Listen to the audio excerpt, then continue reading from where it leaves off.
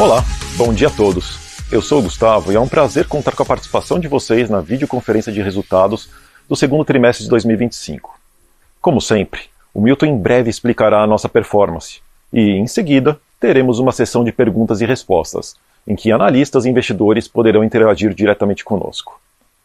Antes de passar a palavra para o Milton, gostaria de passar algumas instruções para o melhor aproveitamento desse nosso encontro de hoje. Para quem está acessando pelo site, existem 3 opções de áudio na tela: todo o conteúdo em português, todo o conteúdo em inglês ou no áudio original. Nas 2 primeiras alternativas, contaremos com tradução simultânea. Para escolher sua opção, basta clicar na bandeira que está no canto superior esquerdo da sua tela. As perguntas também podem ser enviadas por WhatsApp, e o número está aparecendo aqui na tela. A apresentação que faremos hoje está disponível para download na tela do Hotsite e também, como sempre, no nosso site de RI. Agora, passo a palavra para o Milton e nos encontraremos mais tarde na sessão de perguntas e respostas. Milton, é com você.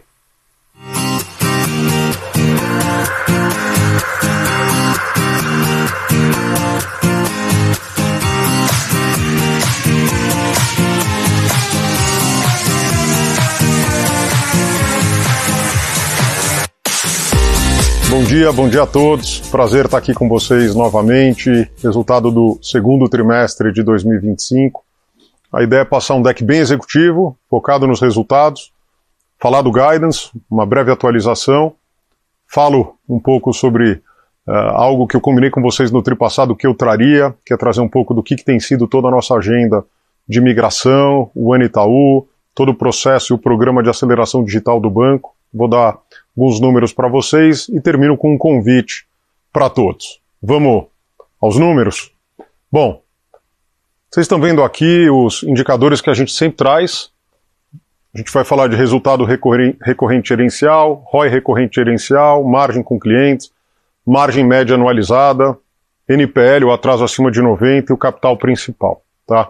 Então, eu começo dando ênfase ao resultado. A gente entregou nesse trimestre um resultado de 11,5 bilhões de reais, crescimento em relação ao primeiro TRI de 3,4 e um crescimento de 14,3 em relação ao segundo TRI de 24, quer dizer, resultados muito fortes, vindo de uma base de resultado muito sólida ao longo dos últimos anos. Consequência desse resultado é um ROI de 23,3 no consolidado, tem uma expansão tanto no primeiro TRI como em relação ao segundo TRI do ano passado, e no Brasil 24,4, uma rentabilidade muito forte, também uma expansão em relação ao primeiro TRI desse ano e o segundo do ano passado. Eu sempre faço o ajuste, se a gente estivesse rodando com índice de capital de 11,5, que é mais ou menos onde a gente tem observado o mercado, mas em linha com o que é o nosso apetite, né, definido pelo Conselho, a gente estaria rodando aqui no consolidado com 24,7 de rentabilidade, e no Brasil, o número mais comparável ao que a gente tem visto de divulgação, 26,1 é o ajuste, tá? Então tá ali no footnote do slide, de qualquer forma. Como é que a gente chega nesse resultado? Primeiro, um trimestre muito forte de margem com clientes, crescimento de 3,1% em relação ao primeiro TRI, 15,4% ano contra ano, tá? Eu vou dar mais detalhes sobre a margem daqui a pouco. Margem média anualizada, também uma expansão importante, vocês observam aqui em relação aos TRIs, tanto o imediatamente anterior como o TRI do ano passado, consolidado 9,2, Brasil 10, a gente não chegava a 2 dígitos no Brasil desde antes da pandemia, tá? Desde 2019, então mostra uma recuperação de margem importante no balanço do banco ao longo desses anos todos. Também vou dar mais detalhes daqui a pouco.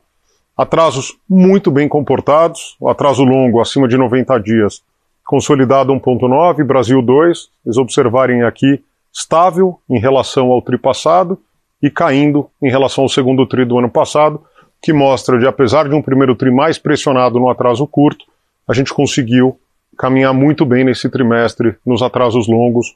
Ótima notícia para a carteira, tá?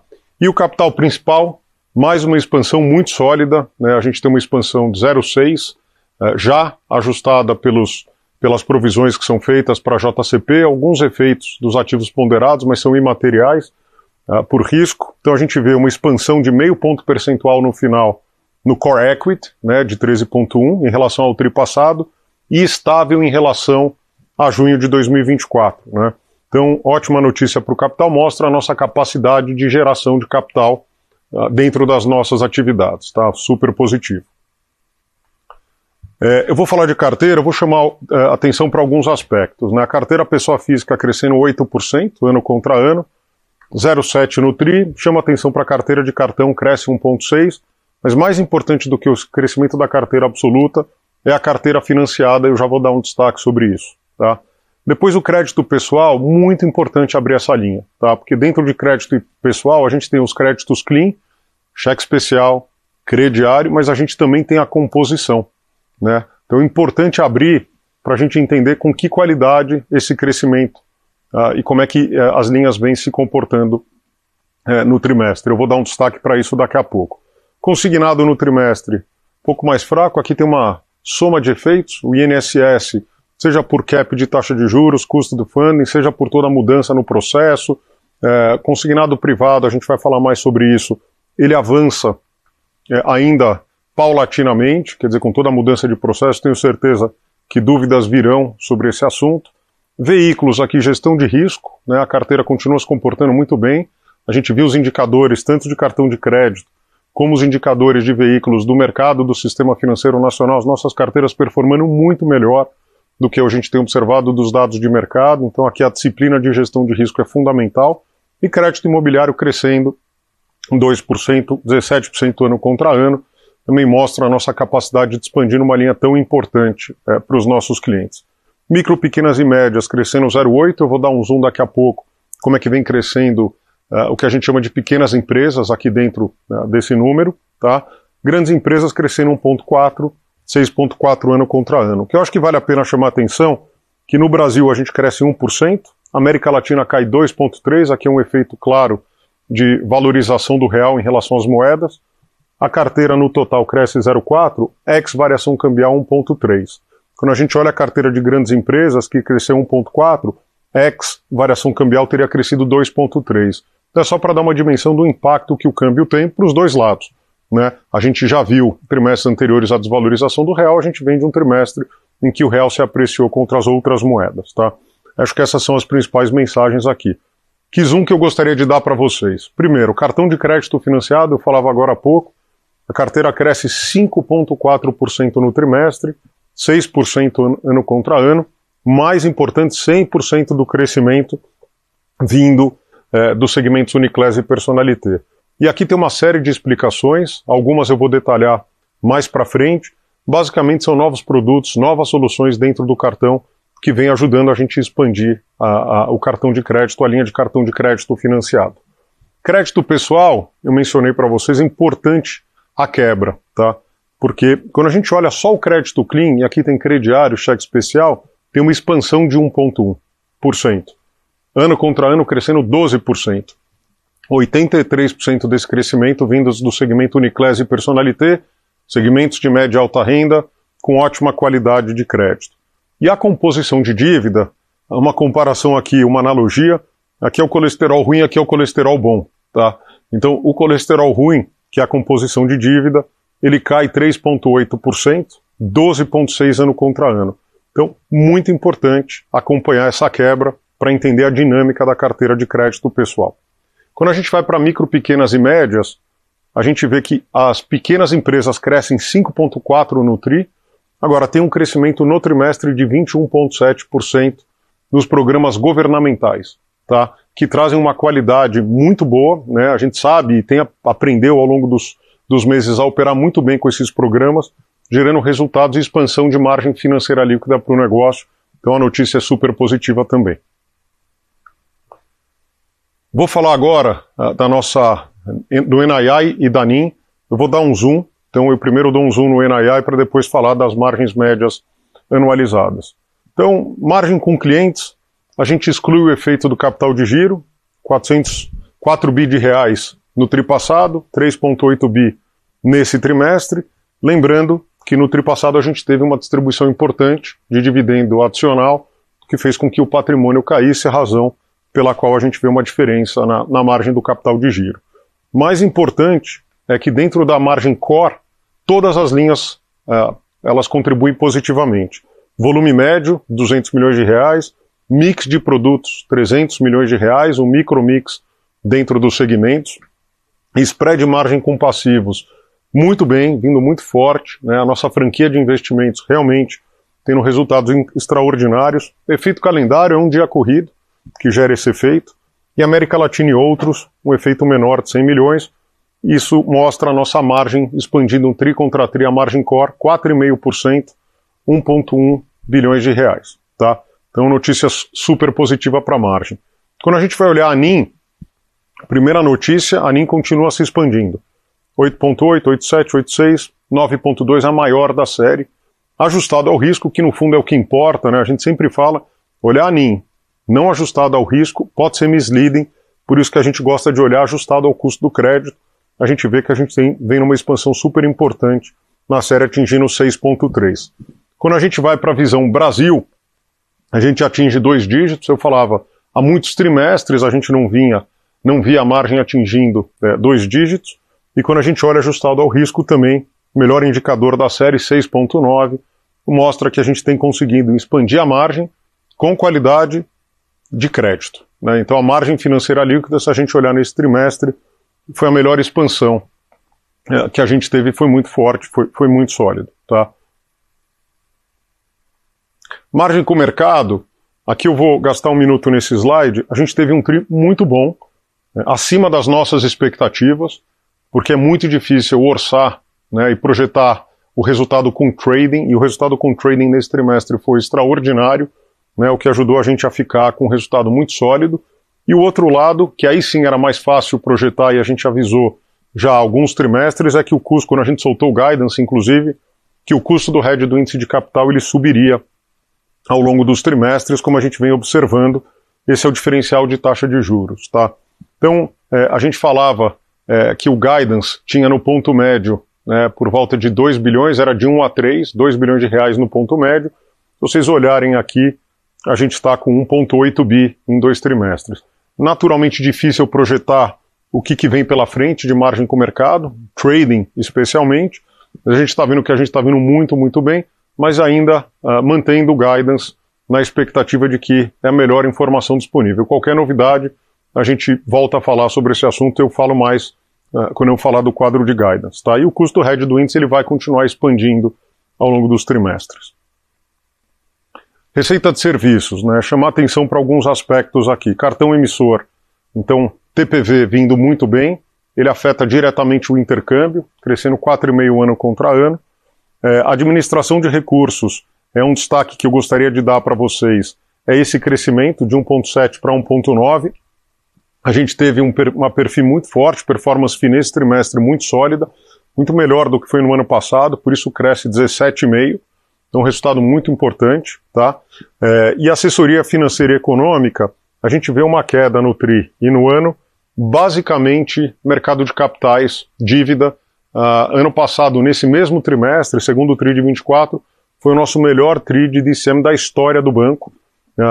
Em função de menos atividade, menos operações, naturalmente a gente acaba capturando, embora um share muito relevante nessas linhas, uma boa posição nos rankings, a gente acaba capturando menos resultado, tá? E a outra linha que eu acho que vale a pena chamar bastante atenção é o resultado de seguros, previdência e capitalização, que cresce 8,8 no TRI e cresce 17,3 ano contra ano, tá? Que mostra que a nossa operação vem vindo com resultados muito sólidos, de mais do que dobrou o resultado ao longo dos últimos anos e continua crescendo num ritmo bastante bom. Eu vou dar mais um detalhe sobre isso. Administração de recursos, a notícia positiva. Capilic de 47,5 bi no segundo TRI de 2025, muito forte, tá? 3% de crescimento em relação ao segundo TRI, 30% de crescimento em relação ao segundo TRI de 2024, resultados muito positivos. E a Itaú Asset foi a asset que teve a melhor perfil do mercado nesse trimestre, tá? Então a gente vem crescendo não só pela capacidade de distribuição, mas de valor agregado, também gerando perfil e performance para os nossos clientes. Então foi um resultado muito sólido.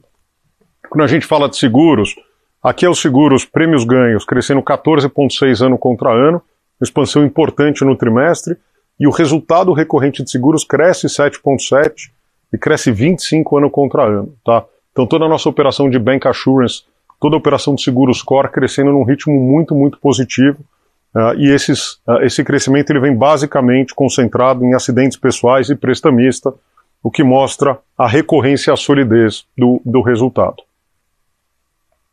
Atraso, eu vou dar um mergulho no atraso curto, 15 a 90, depois a gente fala do atraso longo. Começo no atraso curto. Notícias super positivas, tá? Os atrasos super comportados, como vocês podem observar aqui. O total, uma ligeira queda de 10 basis points. No Brasil, 10 basis points. América Latina, são casos muito pontuais, nenhuma preocupação, também uma volatilidade muito baixa. Esse é um indicador que a gente traz com TVMs, né, dentro da nova 4966. Mais e mais é um indicador que a gente vai acompanhar olhando para frente. O gráfico fica com muita informação, mas é porque a gente ainda não tem pontos suficientes para construir uma série histórica. Em breve, acho que mais um trimestre, a gente já consegue começar a trazer para acompanhamento essa visão.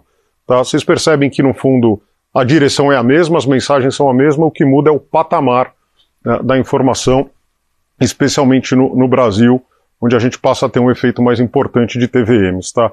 Quando a gente olha o Brasil no atraso curto, pessoa física, em qualquer visão, vai ser sempre a mesma, tá? Então não tem o efeito TVMs, a gente vê uma queda de 0,10 no atraso curto, importante, e depois a gente vê pequenas e médias com resultado muito saudável, flat, 1,4, ajustado por TVM 1,2, de novo o que muda é o patamar. Aqui eu queria fazer uma mensagem, eu já fiz no tri passado, mas vou reforçar novamente. Uma boa parte do crescimento de micro, pequenas e médias, eu mostrei agora há pouco para vocês, veio dos produtos das carteiras governamentais, tá? Uma boa parte dessa carteira em período de carência. Então, o que mostra que elas beneficiam o denominador, que a carteira vem, mas o numerador, como não tem créditos e parcelas vencendo nesse período, você acaba tendo um benefício no indicador. Nossa visão é que isso deve normalizar, né, seja no atraso curto, seja no atraso longo, nos próximos trimestres, sem nenhuma preocupação. Então a gente deve ver um ligeiro aumento, mas carteiras que estão performando com qualidades incríveis, nenhuma preocupação do lado do crédito, enfim, guidance do custo do crédito mantido, é muito mais para dar para vocês a visibilidade do que a gente espera para frente. Tá? Depois, a gente vai olhar aqui a qualidade do custo do crédito no atraso longo, então a gente vê notícias super positivas, indicadores muito controlados, não houve rolagens importantes do primeiro tri para o segundo, que tipicamente acontece. A gente consegue ver no Brasil que, embora tenha tido um pouco mais de entrada, né, no creation, que a gente fala, dado que a carteira também cresce, a gente vê indicadores estáveis, muito positivo. E micro, pequenas e médias, o comentário que eu fiz no atraso curto, que a gente deve imaginar uma normalização gradual nos próximos trimestres, deve acontecer aqui também. À medida que passar pelo atraso curto, vem para o atraso longo também, quando as carências começarem a vencer. Um outro indicador muito saudável de carteira, e é uma forma em que a gente, enfim, começa a divulgar cada vez mais, são os estágios, né, a carteira no estágio e a cobertura por estágio, seja estágio 2 ou estágio 3. Tá? No estágio 2, a gente não vê nenhuma materialidade, é um movimento mecânico do que a gente acompanha, né, de um primeiro tri em que o atraso curto começa a vir e começa a rolar, então nada, se vocês olharem dentro de uma volatilidade esperada, nenhuma preocupação, seja na carteira, seja na cobertura, né, é esperado que o estágio 2 caia um pouco nesse trimestre. A contrapartida disso é que a gente vê o estágio 3 na pessoa física com essa rolagem mecânica que eu comentava agora há pouco, né, e aqui tem um duplo efeito. Se a gente olhar a cobertura do estágio 3 na pessoa física, os atrasos que entraram no estágio 3, eles tendem a entrar, ainda que perda esperada, lifetime, eles tendem a entrar com um nível de provisão pouco menor do que os que estão saindo em write-off. Como teve mais entrada do que saída, mecanicamente a cobertura cai, né? Essa é a explicação. E em grandes empresas tem um fenômeno ao contrário, quer dizer, a gente vê um incremento na cobertura e a razão para isso é que a carteira cai, porque teve um crédito que estava em estágio 3, que foi vendido, esse crédito tinha uma cobertura de provisão menor do que a média. E por que era menor? Porque tinham boas garantias, a gente vendeu esse crédito, diminui a carteira, melhora a cobertura porque o crédito que saiu tinha uma provisão menor do que os que ficaram, porque ele tinha uma boa garantia, tá? Então, essa é a explicação para grandes empresas desse efeito. Consequência de tudo que vocês viram, é uma carteira renegociada, muito importante, a gente continua dando muita visibilidade para a carteira renegociada, além da carteira reestruturada, tá? E eu acho que isso é um número relevante para ser acompanhado, porque mostra que a gente evolui, continua evoluindo 1 bi 100 de variação no trimestre, e a gente cai seja na carteira reestruturada como na carteira renegociada, e esse é o dado com títulos e valores mobiliários, 40.1 também cai para 38.8, que mostra que a gente vem numa tendência super saudável de carteira renegociada e carteira reestruturada, tá? A consequência de todos esses indicadores é um custo do crédito muito comportado, embora ele tenha um ligeiro aumento nominal, as carteiras também crescem, o que a gente olha é o delta, né? É a diferença entre o indicador de custo do crédito sobre carteira, e ele basicamente ficou de lado em 2.7, que mostra uma carteira muito saudável em patamares muito abaixo da série histórica, de novo, crescendo com qualidade, com uma visão de gestão de portfólio, olhando o ciclo completo, uma performance de crédito muito, muito saudável em todos os segmentos, o que é muito positivo, tá? Tudo bem, despesas não decorrentes de juros, a gente tem um crescimento aqui no Brasil de 8,7, quando a gente olha em relação ao primeiro semestre de 25 contra o primeiro semestre de 24, 9,2 quando a gente olha essa visão trimestral, tá? De novo, pessoal e transacional são linhas super comportadas, lembrando que o banco está tendo um crescimento, mais uma vez, muito sólido de resultado, então é o colesterol bom que impacta muitas dessas linhas, seja por volume de transacionalidade, seja por aumento, né, na participação de resultados. E quando a gente olha para a despesa com tecnologia, a gente continua num ritmo muito forte de investimento em negócios, em tecnologia, em produtos, em soluções, para atender naturalmente as necessidades dos nossos clientes e para ter um banco cada vez mais eficiente e moderno. Essa tem sido a tônica, tá? O mais importante é que 100% de cumprimento do orçamento, ou seja, absolutamente tudo dentro do previsto, nenhuma descontinuidade, nenhum efeito em relação ao orçado, que mostra a nossa capacidade de projetar e de acompanhar toda a gestão de custos do banco. Quando a gente olha aqui nas visões semestrais, mais uma expansão positiva aqui no índice de eficiência, que significa uma queda, 36,4 em relação ao primeiro semestre de 24, que foi de 37, e no Brasil e no consolidado 38,4 contra 38,5, então mostra mais uma evolução relevante no nosso índice de eficiência, super positivo, com todo aquele nível de gastos e investimentos que a gente tem feito, a gente tem conseguido gerar resultados muito sólidos, tá? Capital eu falava lá no início para vocês, então o lucro líquido já ajustado pela provisão de 100% do JCP, que isoladamente daria um payout próximo de 32%, a gente gera um capital de 0,6 no trimestre. Os ativos ponderados, os efeitos foram imateriais, né, no trimestre, logo a gente tem essa expansão para 13,1, um AT1 de 1,5, né, a gente tem um AT1 hoje um pouco mais alto do que esse, mas lembrando que, por regras, de Basileia, a gente só pode utilizar 1,5% do índice, tá? Acho que a notícia que vale a pena reforçar é que nesse trimestre, hoje, junto com a divulgação de resultado que a gente divulgou ontem, a gente também anunciou que a gente está exercendo o call de 2 perpétuos em moeda estrangeira, tá? Aproximadamente $1,5 bilhão, são 2 tranches de 750, são 2 operações de 750 milhões de dólares.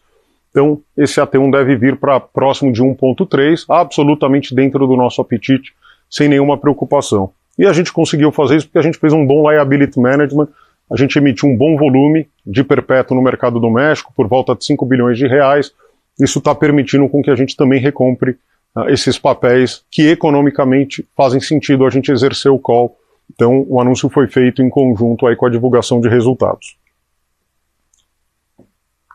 Guidance.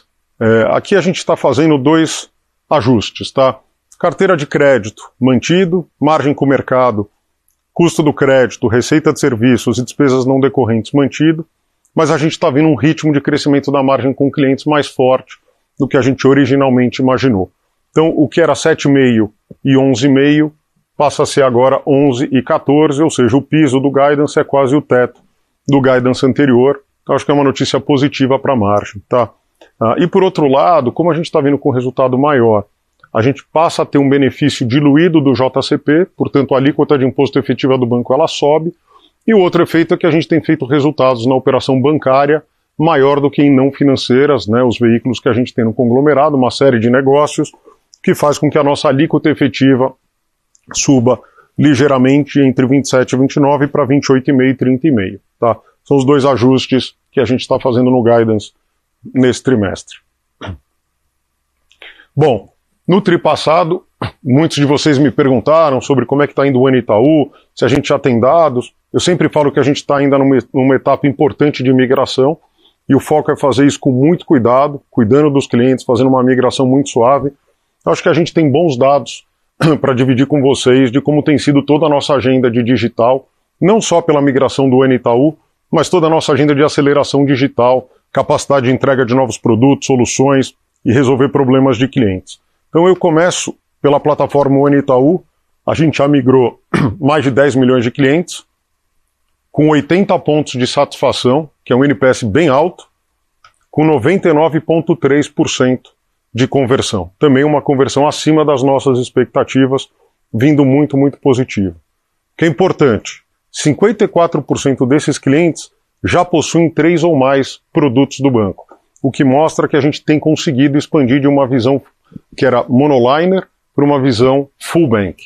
Então esses clientes começam a ter uma oferta full bank e a gente começa a ver uma penetração cada vez maior de soluções e produtos nos clientes. Tá? E um aumento de engajamento, 32% de aumento de engajamento com essa base de clientes no momento que eles passam a aderir a uma oferta full bank. Então notícias muito, muito positivas. Tá? Eu vou dar um detalhe aqui. Quando a gente vai para o Super App, a experiência melhorando e gerando alto impacto, né, para os nossos negócios. Então a gente resolveu trazer mais dados, mais informações. A gente teve 19 lançamentos de produtos nos últimos 18 meses. 25% de aumento do Super App por cliente. Então a gente vem aumentando muito a frequência de utilização, a ativação e engajamento dos clientes na nossa jornada digital. Só para dar alguns dados para vocês, o cofrinho que a gente lançou há muito pouco tempo, 13 bilhões de saldo em menos de 90 dias. Tá? 93 pontos de satisfação. E o mais importante é que uma boa parte, a maior parte dos recursos é expansão de relacionamento com os clientes, né, o que é super positivo. Tá? Controle de gastos também era uma necessidade, uma dor do cliente. A gente já tem 1,8 milhões de clientes utilizando, clientes ativos, menos de 90 dias que a solução foi para o ar, 85 pontos de satisfação e um dado interessante, 57% dos clientes desconheciam qual era o seu maior gasto, né, em que eles estavam gastando mais. Então isso mostra a nossa capacidade de resolver dor de cliente, entender as necessidades, tem um lado de educação financeira muito importante, isso gera mais engajamento, mais relacionamento no longo prazo, aumenta o lifetime value do cliente. 15% da base de clientes do Uniclass e do Personalité já utilizando o Pix Crédito, que é muito, muito positivo. Inclusive eu falava lá atrás, quando a carteira de crédito financiada subiu, uma boa parte da explicação tem a ver com o lançamento desses features. Mais de 13 bi de limites transferido entre cartões, entre clientes cartonistas. Então a gente criou o feature para o cliente definir o limite que ele quer ter em que produto.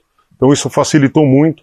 Mais de 20% de transacionalidade nos últimos 3 meses subsequentes. Então mostra mais uma vez como features dentro da jornada e dentro de um contexto, como oferta digital impecável, muda radicalmente, né, a adesão e a adoção dos nossos clientes. Então muito saudável, muito positivo.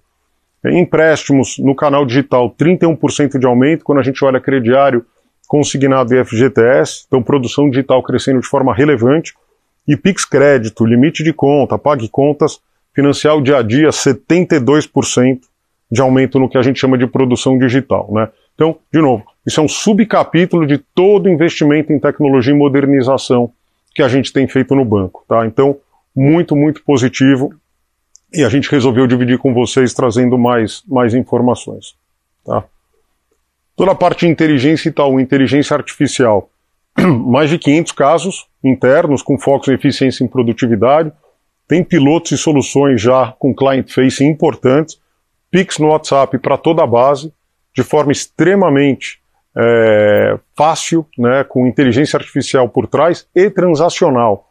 O cliente consegue se autosservir através de uma inteligência artificial e a gente tem evoluído de forma importante, seja na parte de investimentos, seja no Pix. Então, transacionalidade na veia, o que é fundamental para a gente conseguir escalar os nossos modelos.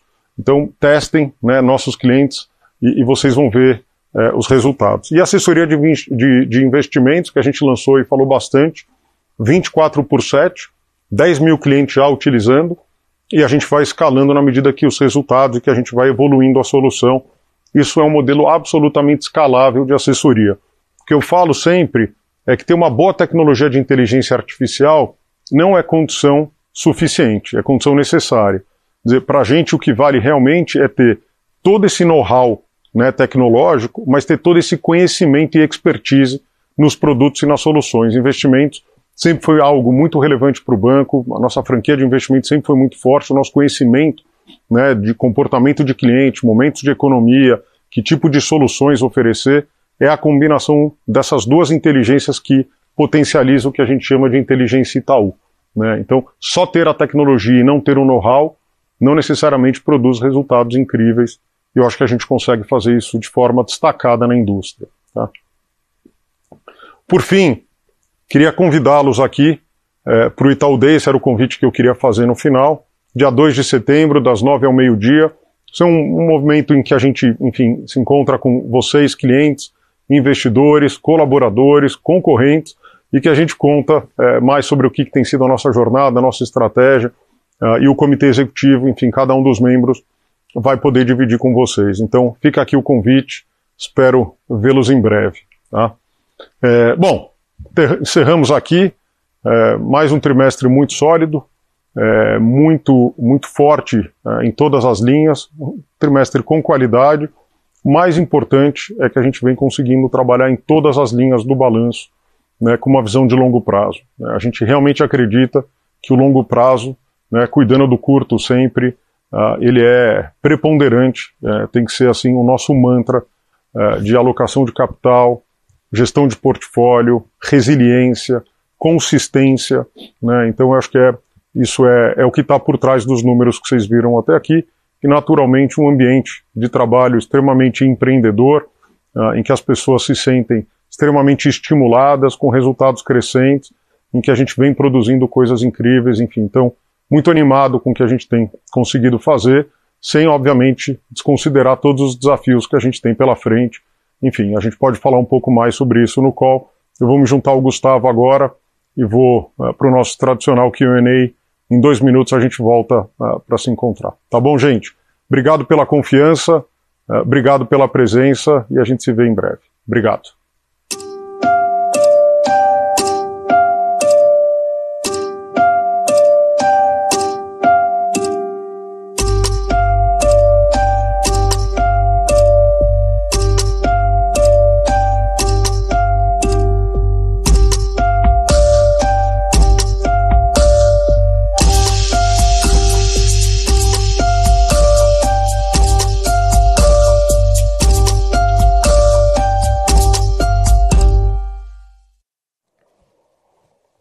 Olá, estamos de volta agora, direto no nosso estúdio para a sessão de perguntas e respostas.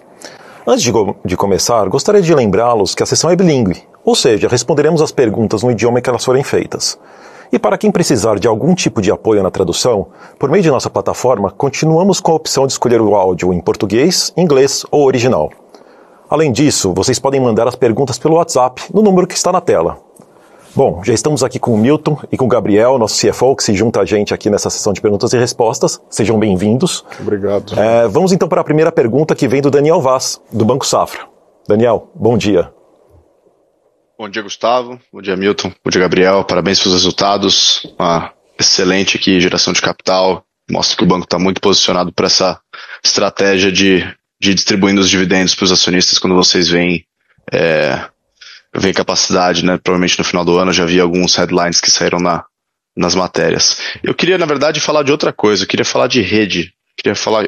A rede, a gente viu um TPV subindo no trimestre, tri contra tri, 7,5%. A gente olha o teu número de emissor, né? Então, o TPV do emissor Itaú, ali mais próximo de 5%, a gente viu o Bradesco Santander ali também próximo de 5% no Triatri.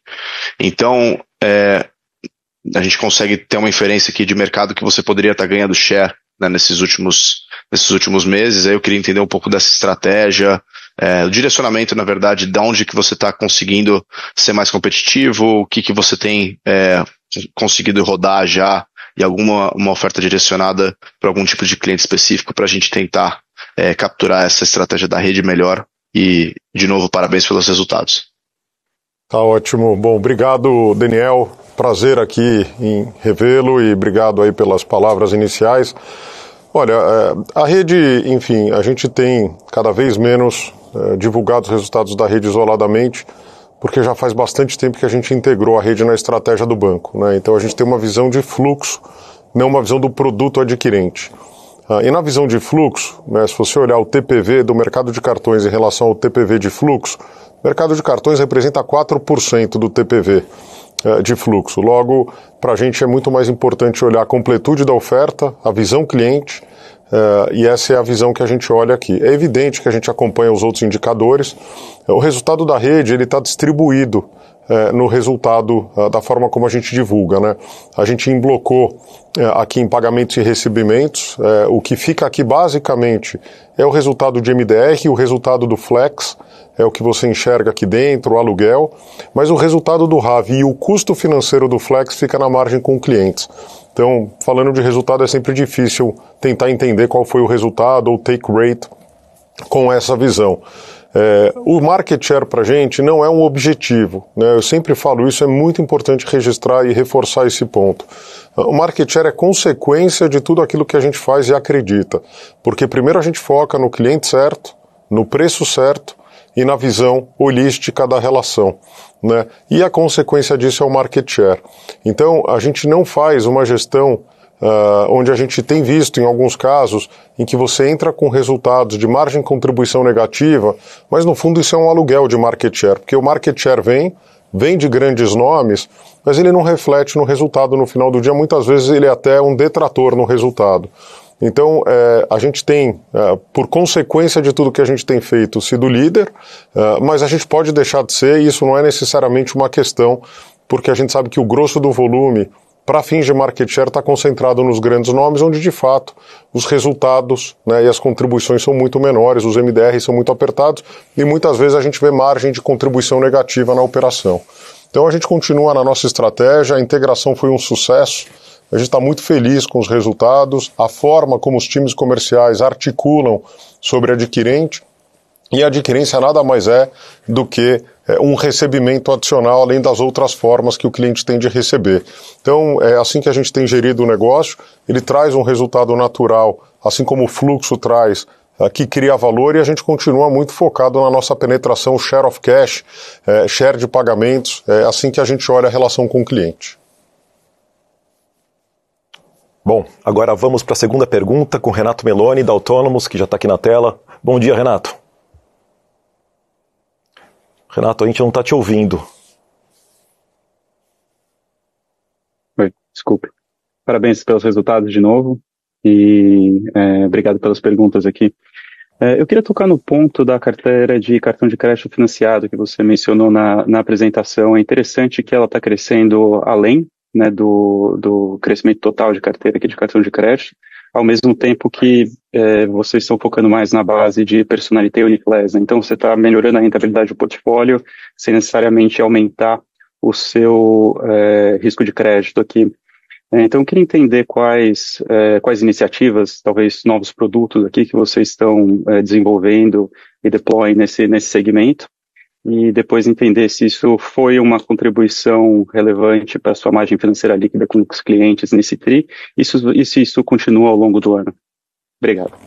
Obrigado você, Renato. Obrigado pelas palavras iniciais. A gente viu uma evolução muito saudável, acho que esse trimestre, especialmente na margem com clientes, a gente viu uma contribuição muito importante, né? Eu acho que é uma conjunção de fatores, a margem vinda do cartão financiado, ele é um componente, mas não é o único. Por isso que a gente quis dar ênfase e abrir, né, a carteira de crédito pessoal, para mostrar que os rotativos estão vindo muito bem também. Tem uma questão, eu diria, de alguma sazonalidade, porque na medida em que você vem, enfim, dos gastos do último trimestre, as rolagens naturais do primeiro para o segundo, uma tendência e uma propensão ao financiamento maior. Esse é um aspecto. O segundo aspecto é tudo aquilo que a gente vem trazendo de evolução na jornada dos nossos clientes. Então, quando a gente consegue penetrar em segmentos como o Uniclass, especialmente no Personalité, nesse produto, mostra como a gente consegue, no contexto da jornada e da transação do cliente, dar vida para alguns produtos digitais que são muito importantes. Então, o cliente está diante de uma compra, muitas vezes é uma transação de curto prazo, ele consegue um desconto porque vai pagar em Pix e compensa para ele, portanto, financiar aquela compra em condições competitivas. Evidente que a gente ajusta as taxas ao perfil do cliente, ao segmento em que ele está, muito mais ao perfil do cliente do que ao segmento, na medida que a gente consegue hiperpersonalizar as ofertas.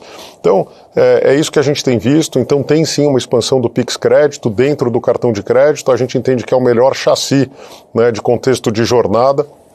Então, eu diria que é um conjunto de iniciativas, tá? Ele contribui para a margem com clientes, mas quando você olha lá a margem com clientes e aquela quebra, tem volume médio contribuindo, tem passivos contribuindo. Quando a gente olha exclusivamente, né, a parte de mix de produtos que tem uma boa contribuição, sem dúvida aqui tem um impacto também dos rotativos e tem um terceiro impacto que é muito positivo para o mix, que é o crescimento que a gente fez de pessoa jurídica, varejo, em relação ao middle, né, na medida em que a gente aqui divulga MPME. Então são essas três linhas, eu diria, que contribuem de forma importante aí para a margem com clientes. Eu acho que a gente chegou num grau de maturidade relevante nesse trimestre, e provavelmente a gente não vai observar esse mesmo nível de crescimento para os próximos trimestres, dado que a gente atingiu um grau de maturidade importante. Então esse trimestre, especialmente na margem com clientes, já expandindo um pouco a pergunta, a gente viu uma evolução importante, mas uma série de fatores positivos, né? O crescimento de rotativos, o crescimento de cartão financiado, o crescimento de governamentais, que gera uma expansão na margem financeira líquida. A gente tinha um dia corrido a mais, que também gera impacto. A gente teve uma antecipação de resultados de operações do atacado estruturadas que a gente imaginava que se materializariam no segundo semestre e acabaram antecipando. Enfim, então teve uma conjunção de fatores muito positivo. Para frente, eu acho que essa aceleração que a gente observou nesse TRI, ela não vem na mesma intensidade, mas ainda assim o guidance foi revisto e a gente entende que a gente vai conseguir entregar na completude do ano um resultado mais forte do que o originalmente planejado. Obrigado. E vamos agora para a terceira pergunta com o Mário Pierre, que já está aqui na tela, do Bank of America. Mário, com você. Bom dia, pessoal. Parabéns aí mais uma vez pelo resultado. Milton, o que mais me impressiona, né, é o banco já está entregando um ótimo resultado, gerando bastante capital, mas me parece que o management ainda não continua satisfeito, né? Vocês estão sempre tentando melhorar. O que me chamou a atenção foi essa despesa extraordinária que vocês fizeram esse trimestre de quase 600 milhões de reais para reestruturação. Você poderia explorar um pouquinho mais quais seriam algumas medidas, o que vocês estão pensando? Eu imagino que isso aqui é mais para a redução da distribuição física do banco, mas você já poderia antecipar aí para a gente algum target, alguma meta que vocês têm de eficiência, de número de agências? Obrigado. Bom, Mário, obrigado aí pelas palavras iniciais. Eu acho que esse ponto que você traz no início é a nossa cultura, né? Muito do DNA da organização, essa vontade, essa intensidade de querer fazer melhor todos os dias, né? Então a gente nunca está satisfeito. É claro que a gente celebra bons resultados, mas, enfim, a celebração é curta porque os desafios são grandes. Então, a gente sempre está olhando já o dia seguinte e o que vem pela frente para tentar fazer melhor, superar as nossas expectativas, expectativas de vocês. Enfim, de novo, eu acho que essa é a cultura da organização, né? Não é de hoje, essa cultura de performance sempre foi muito um traço do nosso DNA. Falando sobre essa provisão específica e eficiência, de fato, quando a gente olha, né, com a quantidade de investimentos que o banco vem fazendo ao longo dos anos, Isso obviamente leva a gente, né, a uma plataforma cada vez mais escalável, uma plataforma cada vez mais digital, onde a gente precisa de fato evoluir no índice de eficiência para continuar competitivo, para evoluir e entregar valor para os nossos clientes, não só em soluções, produtação digital, mas em preço, né, para que a gente seja competitivo e seja capaz de extrair e inclusive operar, né, em bolsões de crédito que com índice de eficiência menor você consegue absorver mais risco, né, do que a gente consegue absorver no status quo. Então, a gente já fez uma provisão para reestruturação no passado, ela não é o não recorrente e recorrente, né, eu acho importante fazer esse ponto, basta olhar aí as nossas DFs, dizer, a gente fez em 2019, estamos falando aqui em 2025, fazendo uma provisão com essa característica. Essas provisões são feitas quando a gente olha um cenário para frente e vê que a gente está num período de fato de ajuste de colheita dos investimentos que foram feitos, tá? Então é uma não recorrente, é extraordinária sem sombra de dúvida. A gente vai continuar evoluindo na nossa agenda digital. Eu acho que um pouco das informações que eu trouxe, da evolução do Itaú, que é um embrião relevante, né, para a gente de fato avançar cada vez mais no Super App, os resultados são incríveis. Toda a evolução da aceleração digital permite com que a gente seja mais ambicioso no plano, e é disso que a gente está falando. A gente olha eficiência, você viu aí no semestre que a gente atingiu de novo um índice de eficiência muito competitivo. A gente pode ver alguma volatilidade no índice de eficiência nos trimestres que vem pela frente, né, porque ele é uma natural resultante de receita e custo, mas direcionalmente a gente precisa evoluir no índice de eficiência em negócios em que a gente precisa ser mais competitivo.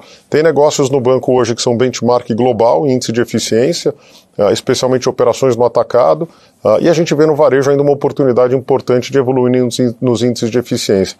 Dito isso, todo mundo tem lição de casa para fazer, não é o desafio de um segmento ou outro, pode ser em maior ou menor proporção.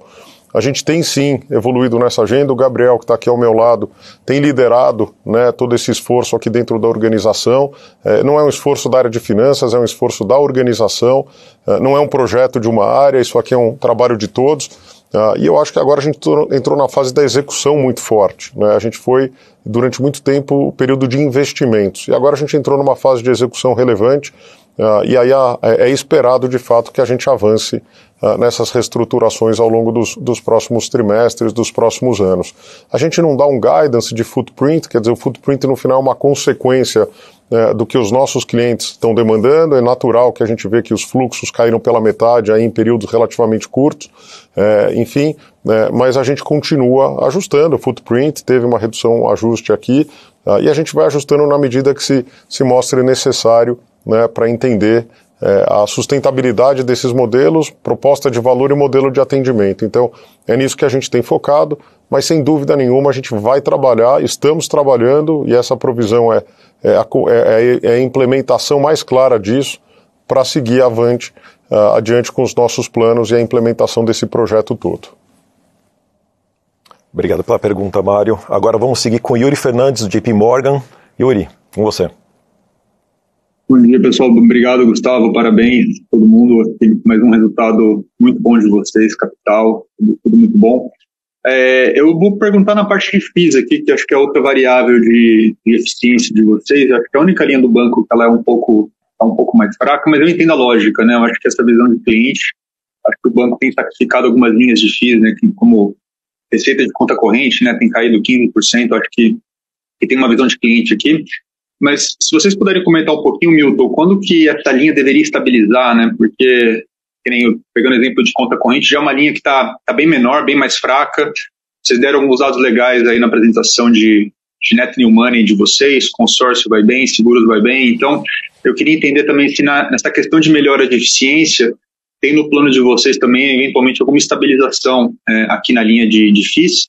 Se você puder só também quebrar em varejo em atacado, né? Porque, ao contrário do que eu pensaria, o que trouxe, acho que o fio um pouquinho mais fraco esse TRI, foi mais atacado do que varejo, né? Então, se puder comentar um pouquinho a trajetória dessa linha, seria interessante para a gente. E obrigado e parabéns. Obrigado você, Yuri. Obrigado aí pelas palavras e por participar do nosso call. Eu acho que aqui a gente precisa quebrar um pouco a resposta em alguns capítulos. O primeiro deles transacionalidade, né? A gente vê no varejo que a transacionalidade continua muito forte, né? Eu falava agora há pouco do colesterol bom, colesterol ruim, a gente vê a transacionalidade acontecendo no emissor, no adquirente, né, no engajamento nos nossos produtos, nos canais digitais. Então, a gente vem aumentando volumetrias de forma consistente e importante. Acho que tem duas linhas aqui que eu diria que elas direcionalmente tendem a cair no tempo, e é por isso que a gente mudou a forma, inclusive, de divulgação. Então, quando a gente coloca tarifas, conta corrente pessoa física, a gente está falando de tarifas e pacotes, né? A gente vem ressignificando os pacotes, não acho que tende a zero, porque na medida que você vai criando valor nos pacotes, a gente tem conseguido fazer isso. Existe sim, né, uma cobrança, mas por um pacote, uma forma diferente de atender o cliente, mas direcionalmente a gente deu ênfase para mostrar, primeiro, que a relevância dessa linha num trimestre, e segundo, que eu acho que ela vai continuar caindo paulatinamente, olhando para frente, ainda que a gente vá ressignificando os pacotes, mas os deltas em quantidade de milhões de reais, né, para toda a completude de receita de serviço seguro são pouco relevantes. Os percentuais são mais altos porque a gente já está falando de números menores, então qualquer variação nessa receita, os percentuais são mais altos. Quando a gente olha para a parte de cartão, é sempre importante lembrar que lá dentro você tem não só a receita de intercâmbio, como você também tem a receita de anuidade de cartão, e você tem um custo dos programas de fidelidade, ficam lá dentro. Para a gente, a anuidade de cartão cada vez menos é relevante, e a gente vem reduzindo isso também dentro da nossa estratégia há muito tempo. Tem que tomar muito cuidado, porque toda vez que você tem um crescimento de tarifas relevantes, você está reduzindo o lifetime value daquele cliente e criando seleção adversa na sua base. Porque os bons clientes que têm acesso a boas ofertas vão acabar migrando, você perde um cliente que tem uma boa transacionalidade com o banco, uma boa relação, e você acaba trazendo clientes que estão dispostos a pagar uma tarifa, mas que não necessariamente tem uma capacidade de ampliação de cross-sell e de engajamento com o banco. Então, esse é um cuidado que a gente sempre toma quando eu falo de visão de longo prazo. Então, a anuidade continua caindo, e a gente vem fazendo isso by design. Programa de loyalty continua lá tendo um papel relevante, porque a gente não olha o cartão como um produto standalone, né? A gente tem que olhar ele dentro de um contexto de um relacionamento. Depois, quando a gente vai para pagamentos e recebimentos, ali dentro você tem todo o negócio de pessoa jurídica.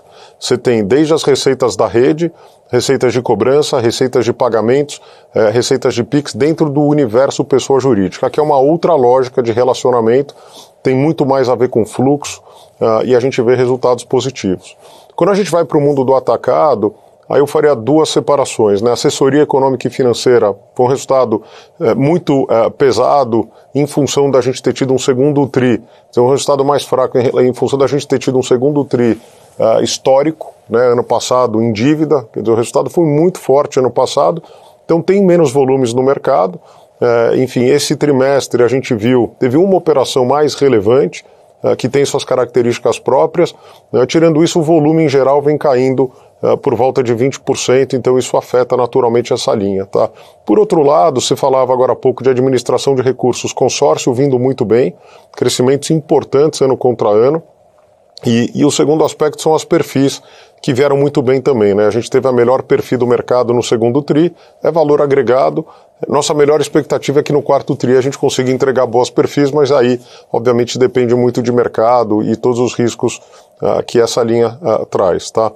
Quando a gente vai para seguros e previdência, a previdência vindo com resultados muito sólidos, crescentes, volumes importantes, então crescendo o volume, e a gente teve perfil também, performance FII em previdência, nesse trimestre, que foi muito sólido, na mesma lógica de valor agregado. E seguros core, crescendo de forma super relevante, 25% ano contra ano, 7%, 7,7%, né, que a gente fala no TRI contra TRI. Então, a gente continua vendo uma expansão. Agora, tem muito a ver com a atividade, tá? Na medida em que a gente vê uma atividade menor de DCM, dado o share que a gente tem nesse negócio, naturalmente a gente pode sentir um pouco mais, que é o que aconteceu nesse TRI. O restante a gente acha que a gente vem performando muito bem nas linhas. É importante olhar o desempenho da linha, mas pensando numa visão de lifetime value do cliente, tá? Então não é crescer na linha. Se eu tivesse vindo aqui mostrar que a gente está crescendo em tarifas de conta corrente de pessoa física ou em anuidade de cartão, eu acho que vocês deveriam ficar preocupados e não satisfeitos, tá? Porque mostra que de fato a gente não está entendendo a mudança que o mercado fez, né, e o valor agregado para melhorar a proposta de valor do cliente, aumentar o lifetime value, o engajamento no longo prazo e a completude da relação. Obrigado, Yuri. Agora a gente passa para o Bernardo Gutmann, da XP. Bom dia, Bernardo. Bom dia, Gustavo, Milton, Gabriel, obrigado pelo espaço aqui para perguntar e parabéns pelos resultados. A minha pergunta aqui é sobre o ROI por segmento, né? A rentabilidade do varejo ultrapassou a do atacado pela primeira vez depois de alguns anos. Como é que a gente pode pensar e decompor essa reversão em termos de segmentos que mais contribuíram nessa recuperação no varejo?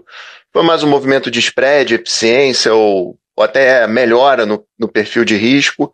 E como o banco enxerga a sustentabilidade desse diferencial de ROI olhando à frente, especialmente considerando o ambiente competitivo e de crédito também mais seletivo no segundo semestre? Joia, Bernardo, obrigado pela pergunta e pelas palavras iniciais, prazer em revê-lo. Olha, eu acho que lá no terceiro TRI de 2022, quando a gente atingiu 16,4% de rentabilidade no varejo, eu disse para vocês que a gente não estava nem um pouco satisfeito com aquela rentabilidade. A gente estava vindo de um ciclo de crédito mais apertado, mais difícil, mas que a gente faria um catch-up ao longo dos trimestres subsequentes. Então, eu acho que aqui tem muito trabalho, muito esforço, né? Não tem uma bala de prata. Naturalmente, crédito e todo o de-risking que a gente fez no portfólio ao longo do período, toda a gestão de portfólio, né? Focando cada vez mais em clientes resilientes, ciclos mais longos, toda a jornada digital que o banco evoluiu, capacidade de produtação e de entrega de valor, mostrava agora há pouco toda a evolução do programa de aceleração digital, do PAD, tudo que a gente tem conseguido. Então, a gente teve nesse trimestre no varejo, especificamente, uma expansão importante da margem financeira líquida, né? A gente teve cartão de crédito financiado evoluindo, rotativos evoluindo, a gente teve o funding, né? No próximo TRI a gente começa a sentir um pouquinho mais de pressão em relação àqueles produtos que tem cap, o custo do crédito, ele cai nominalmente no trimestre. Então quando a gente olha o varejo, você vê que a gente conseguiu crescer, expandir a margem financeira com clientes, caindo o custo do crédito de forma nominal. Então a margem financeira líquida expandiu, né? Esse foi o principal driver. A nossa visão é que a gente acha que tem sim uma sustentabilidade nesse nível de rentabilidade, com alguma volatilidade, é natural que ela possa vir a ter, né? Quer dizer, a gente teve um trimestre esse em que alinhamento dos astros em vários aspectos, mas dentro de um patamar de rentabilidade muito confortável. A BUPJ, né, o varejo PJ, vindo com rentabilidade muito boa já há muito tempo e continua evoluindo. E o grande catch-up que foi feito foi na pessoa física, onde a gente de fato mudou de patamar a rentabilidade, o negócio cria valor para a organização, os produtos mais voláteis, cartões e tal, a gente não faz mais a gestão visão produto, mas ainda assim com rentabilidades muito altas e criando bastante valor. Então aqui é uma conjunção de fatores que vem trazendo. A agenda de eficiência é um must, quer dizer, aqui a gente vai ter que avançar mais e mais, e vai ser um driver importante para a rentabilidade no longo prazo, e a gente está bastante focado nisso. E no atacado, a gente não faz a quebra, tá? Mas eu vou falar aqui porque eu acho relevante. A gente, quando quebra Brasil e Latam, a gente vê que no Brasil a gente está rodando com 30% a 31% de rentabilidade nessa visão, que é a soma da WMS mais o Itaú BBA, basicamente, tá? Quando a gente destaca a Latam nessa visão, ele sai com um ROI de 15,8, tá? Próximo de 16. Também cria valor nessa visão. Então, é muito interessante ver que, ainda que o varejo tenha feito essa expansão, o atacado continua entregando resultados muito sólidos, tá? No Brasil, por volta de 30% em todos os negócios que a gente atua. Então, a vantagem de ter um portfólio diverso, né, relevante, em que a gente consegue naturalmente navegar com ambos os lados, né, atacado e varejo, performando com ótimas rentabilidades. Então, essa é a vantagem de um banco universal, que é profundo em todos os negócios e que tem liderança de mercado em boa parte dos negócios em que atua, tá? Obrigado, Bernardo. E agora a gente já está aqui na tela com o Henrique Navarro, do Banco Santander Brasil. Navarro, bom dia. Bom dia, pessoal. Parabéns aí pelos resultados. A minha pergunta é sobre a carteira de corporate, lá de corporate. A gente teve aí alguns ventos de proa nesse TRI, né, o IOF, o dólar, etc. E mesmo assim vocês conseguiram mostrar um crescimento muito bom nessa carteira. A minha pergunta é, da onde vem, né, qual o DNA desse crescimento? Teve capital markets? O que foi? Foi alguma política mais agressiva? E o que a gente pode esperar aí para os outros TRIs? Obrigado. Obrigado você, Henrique, prazer em revê-lo. Olha, aqui de fato tem esse efeito do câmbio, né, que você comentava, que é relevante, né, as carteiras têm bastante sensibilidade à moeda estrangeira. O crescimento do atacado ele vem com um volume de operações em que a gente acaba encarteirando naturalmente, né, sem mudar o apetite. Eu acho que isso é o mais importante, com uma visão de novo de gestão de portfólio muito forte. E a gente tem dentro do Itaú BBA, em grandes empresas, vários segmentos, né? Então, a gente tem conseguido crescer carteira com qualidade em todos eles, tirando o efeito da variação cambial naturalmente. Aqui dentro tem o agro, que também tem tido uma performance super destacada. A gente está falando do middle, que também tem o efeito de variação cambial, mas quando a gente olha a ex-variação cambial, ele cresce, né? Embora a PUPJ cresça mais, o middle também cresce. Então não tem uma bala de prata, acho que todos os segmentos ganhando penetração, e de novo no preço certo. Aqui a gente tem uma disciplina de preço muito forte, preço no sentido de alocação de capital, tá? Retorno sobre capital alocado. Então quando a gente percebe excessos no mercado, e excessos acontecem, a gente prefere perder share do que perder dinheiro ou perder rentabilidade. Então a gente tem sido muito disciplinado, tá? A gente não vê dificuldade em continuar crescendo esse portfólio no preço certo, com nível de rentabilidade adequado e com a completude de relacionamento que a gente tem com os nossos clientes. Então o crescimento está bastante diversificado, sem nenhuma grande concentração e sem nenhuma mudança no apetite, tá? Acho que esse é o ponto mais importante, não é que a gente decidiu ser mais agressivo ou tomar mais risco, acho que é o contrário, né? É um cenário de mais cautela quando a gente olha os desafios que vem pela frente, taxa de juros e atividade, então a gente continua sendo bastante cauteloso na medida do necessário. Tá? Agora vamos para a próxima pergunta do Eduardo Rosman, do BTG.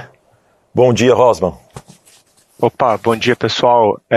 Tenho aqui duas perguntas que acho que são correlacionadas. Primeiro é sobre o business de crédito, né? A gente viu que vocês geraram valor nesse TRI, né? Ou seja, o ROI veio um pouco acima do custo de capital, e se eu não me engano, historicamente, vocês sempre indicavam que o ROI deveria ficar próximo do custo de capital e o excesso, né, de retorno viria das outras linhas, né? Só que o business de varejo ele mudou, né? Principalmente de baixa renda. Então minha pergunta é, a gente deveria achar ou esperar que esse número tivesse que continuar subindo? E aí, para juntar na pergunta, se no futuro, né, com essas melhoras de eficiência que vocês estão indicando que são possíveis, né, se o apetite a risco pode aumentar, se a gente pode ver aí mais oportunidade de crescimento para o Itaú, né? Inclusive até no futuro, eventualmente, até reduzir o payout para poder reinvestir mais, crescer mais com ROIs bem altos ainda. Obrigado. Obrigado você, Rosman, prazer em revê-lo aqui, obrigado aí pelas palavras iniciais. Olha, aqui de fato, enfim, foi um trimestre muito bom para crédito, pelas razões eu comentava agora um pouco, a expansão da margem foi muito boa, o custo do crédito muito comportado, no varejo, né, especialmente a gente tem visto o custo do crédito nominalmente caindo, né, então acho que esse é um ponto super relevante. A gente até viu algumas dúvidas sobre o formation do trimestre. É sempre bom lembrar que a gente trabalha com perda esperada no banco, né? Então, o principal efeito para as provisões foi o atraso curto do tri passado. Quando ele corre para o atraso longo, uma boa parte das provisões já foram feitas inicialmente, tá? Então, por isso que a gente vê que o índice de cobertura, que não é como a gente gera o banco, sobre atraso, a gente teve uma provisionamento sobre information de 120% no tri passado e nesse próximo de 100 no varejo até abaixo de 198%, né? O que mostra que, de novo, a gente é perda esperada na veia e o atraso curto, por isso que eu falo da abertura do atraso curto por segmento, a importância dele é porque é ele que dirige a perda esperada do balanço, né? Qualquer coisa diferente disso você está operando em perda incorrida e não necessariamente em perda esperada, tá? Então é só fazer esse esclarecimento. Ainda assim a gente olha um formation muito em linha sobre carteira com o que a gente observou e dentro da volatilidade esperada, e lembrando que tem uma sazonalidade nesse primeiro trimestre importante para o segundo, que é a rolagem do atraso curto, que tipicamente sobe para o atraso mais longo e ele normaliza depois, tá? Então, aproveitei a sua pergunta para esclarecer esse aspecto também. Então, eu acho que esse TRI foi muito sólido em margem financeira líquida, o crédito vem performando muito bem, de fato, o custo de capital, se você olhar na ponta, o custo de capital está mais próximo de 15. Então, como a gente está olhando um custo de capital médio, um ROI médio, ele acaba criando valor. Se a gente estivesse operando com 15 na média no trimestre inteiro, a gente já estaria ligeiramente abaixo do custo de capital. Tá? Então, aqui você sempre está correndo contra o custo de capital. Então, vai depender muito do ciclo de juros no Brasil, vai depender muito do COI, no cost of equity do banco no longo prazo, é isso que vai determinar, tá? Com toda a agenda de eficiência, portanto a gente continua acreditando que trabalhar próximo do custo de capital é o ideal para a gente conseguir naturalmente penetrar na relação com os nossos clientes. E aí, obviamente, varia de segmento a segmento, mas muito disso tem a ver com o que a gente produziu de crédito nos últimos anos, que vem trazendo qualidades super positivas e a criação de valor muito forte, tá? Então a tendência é positiva para crédito também. E sobre o índice de eficiência que você falou, eu não tenho dúvida que na medida que a gente começar a ajustar o índice de eficiência de forma mais relevante, isso vai abrir espaço para operações de crédito que hoje não param de pé porque não tem a rentabilidade necessária, para que a gente possa, sem dúvida nenhuma, entrar em outros públicos que hoje a gente não entra por essa razão, por essa limitação do índice de eficiência. Então, é para lá que a gente vai, não há dúvida. O nosso objetivo não é um payout alto, o nosso objetivo é reinvestir o capital do banco em rentabilidade adequada e distribuir naturalmente o excesso daquilo que a gente não deve utilizar.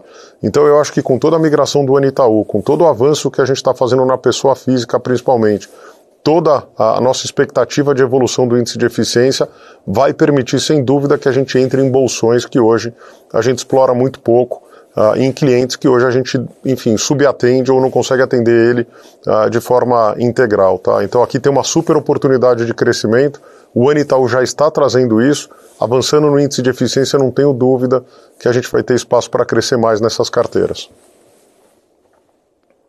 Passando agora para a próxima pergunta com o Thiago Batista, do UBS.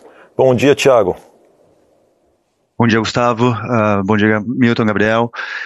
Eu vou fazer um follow-up na pergunta do Rosman e acho que do Mário sobre eficiência.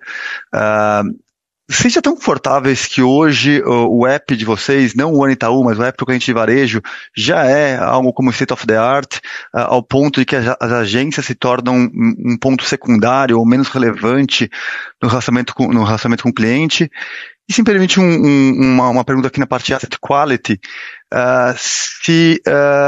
claramente vocês estão muito confortáveis com a evolução da qualidade da carteira nos próximos segundo semestre, potencialmente até o ano que vem. Vocês acham que isso é um fator específico de vocês, que vocês conseguiram de fato focar em clientes mais defensivos, sair um pouco do cliente mais arriscado, ou para o mercado como um todo teria uma visão semelhante de que carteira ou asset quality não é um issue pensando no segundo semestre? Legal. Obrigado, Thiago, um prazer em revê-lo aqui, obrigado, enfim, pelas palavras. Eu vou começar pela segunda, tá? E prometo responder as duas. Mas aqui, sobre o custo do crédito, eu acho que isso sim tem a ver com uma estratégia muito clara do banco de fazer uma gestão de portfólio com uma visão de longo prazo, tanto no atacado como no varejo, né? Então, a gente vê poucos solavancos, pouca volatilidade nos nossos números, e quando você faz uma gestão olhando um ciclo mais longo, você consegue ter um controle muito melhor da qualidade do crédito. Você define os públicos, você consegue clusterizar melhor a base, você consegue definir as fronteiras do apetite por cluster, e nesse sentido você vai navegando de forma muito menos volátil e de forma mais consistente, né? O pior que pode acontecer numa relação de crédito é o stop and go, em que você oferece e depois tem que parar, uma parada abrupta, você tira a previsibilidade do cliente e do banco, né, dos resultados. Então, eu acho que tem esse aspecto. Eu vou te dar 2 indicadores de mercado e eu não estou aqui fazendo nenhum tipo de qualificando, né, no fundo, o que a gente está vendo, mas eu acho que a performance tem 2 indicadores que eu acompanho de atraso, que são importantes, que o sistema divulga, né? Cartão de crédito e veículos. A gente viu, né, nesse último TRI, os atrasos longos de cartão de crédito subindo 100 pontos nesse TRI. Né? Sempre pode ter a discussão de que houve mudança de critério de write-off. O fato é que os nossos subiram 20. Tá certo? Então, quando a gente compara com a performance de mercado, e a gente não teve nenhuma mudança de critério de write-off no nosso caso, a gente vê uma performance na indústria diferente do que a gente tem observado. E lembrando que a gente é 25%. Ballpark desse mercado, logo a hora que você exclui Itaú da amostra, você vê, né, que o impacto é realmente mais relevante. Para veículos não é diferente, né? Então, A gente, quando escuta de que, mas em veículos pode ser mudança de write-off ou de política de write-off, não, o atraso curto de veículos também está vindo mais forte do que a gente está observando, e o atraso curto não tem nenhuma relação com política de write-off. Então, a gente continua muito consistente, né? A gente tem ganho share nos clientes que a gente julga target para a organização, tem penetrado de forma importante e crescido 2 dígitos nesse público. Então essa é uma estratégia de gestão, né? Eu acho que cada banco tem a sua estratégia, as suas políticas, os seus critérios. O nosso é esse, e acho que ele tem se mostrado muito consistente, especialmente quando você aloca capital de forma correta nas transações e olha a rentabilidade com a alocação de capital. Então, isso eu acho que tem sido um driver importante, tá? Sobre o primeiro ponto, eu queria reforçar o seguinte: eu acho que todo investimento que a gente fez no Super App, nas jornadas digitais, na completude, tirando transacionalidade assim, a gente não quer obrigar o cliente a ir para a agência. O cliente vai na agência se ele quiser ir na agência. Então, toda a jornada de digitalização e modernização do banco tinha isso como lógica, né? Deixar o cliente se autosservir no Super App na medida que ele julgue necessário. Se ele quiser um atendimento remoto, ou ir numa agência, ou falar com um gerente de uma agência digital, ou um consultor de investimentos, ou um consultor de imobiliário, ou de seguros, enfim, a decisão é do cliente, né? A gente não pode obrigar o cliente a transacionar através de um canal por falta de completude de oferta. Então, é isso que a gente tem procurado fazer.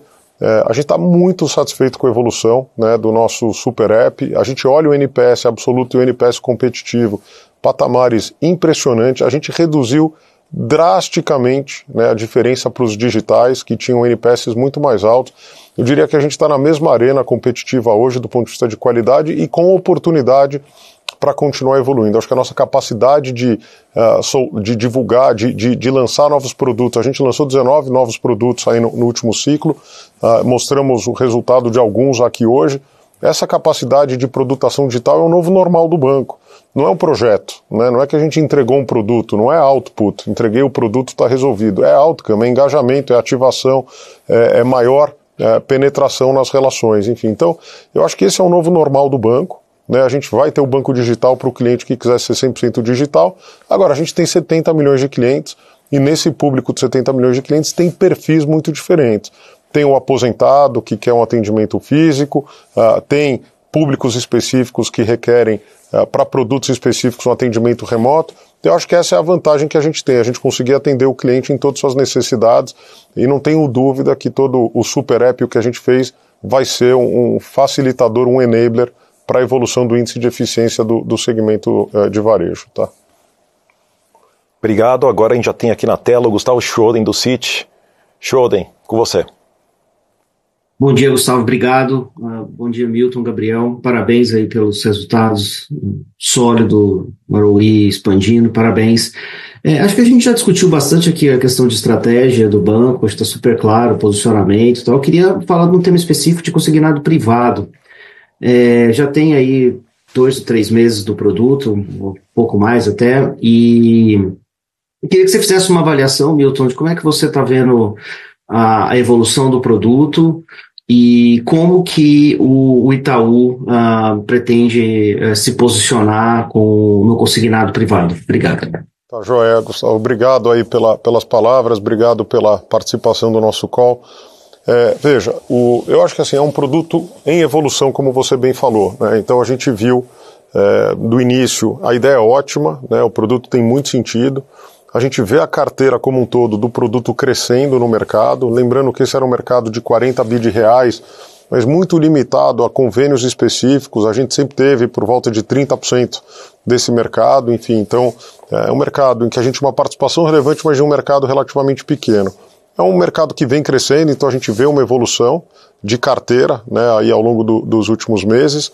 No início eu acho que teve um pouco mais de atividade, depois por questões operacionais, aspectos de risco, a gente viu uma desaceleração, né? Teve momentos em que a gente, só para fazer o registro, acho que quando a gente fala de plataforma, modernização, capacidade tecnológica, eu acho que nós somos dos primeiros bancos, né, junto com o Banco do Brasil, aqui citando um caso específico, a entrarem nesse produto dos bancos grandes, e por uma razão muito simples, quer dizer, acho que é a compreensão e a capacidade de fato de se adaptar, né, às mudanças que foram feitas. Então, a gente está desde o início, e a vantagem de ter participado desde o início é que a gente aprendeu muito nessa evolução de plataforma, né, não só os desafios operacionais, mas a gente conseguiu definir muito bem a nossa estratégia. A nossa estratégia está muito robusta, a gente focou, né, numa matriz muito clara de que públicos e de que clientes a gente gostaria de atender, de que forma a gente vai crescer, e a gente tem conseguido crescer com qualidade. Teve semanas que a gente teve 30% de share de produção,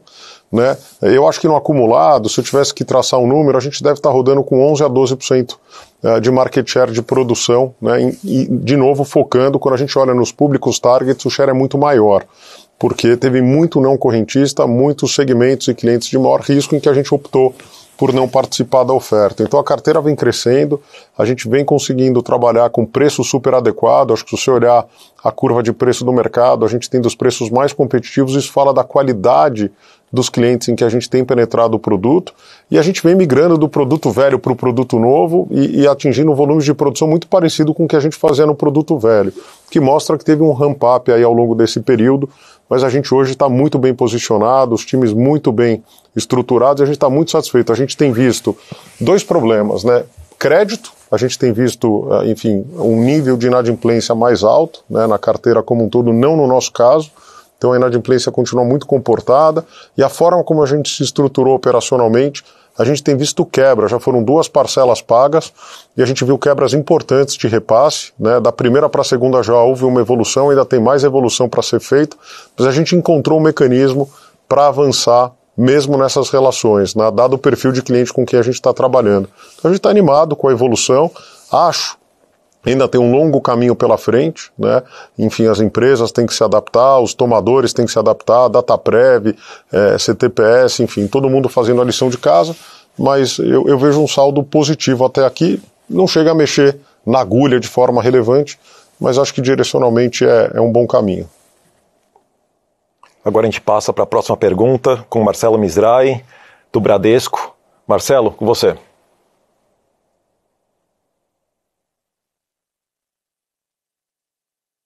Não estamos te ouvindo, Mizrahi.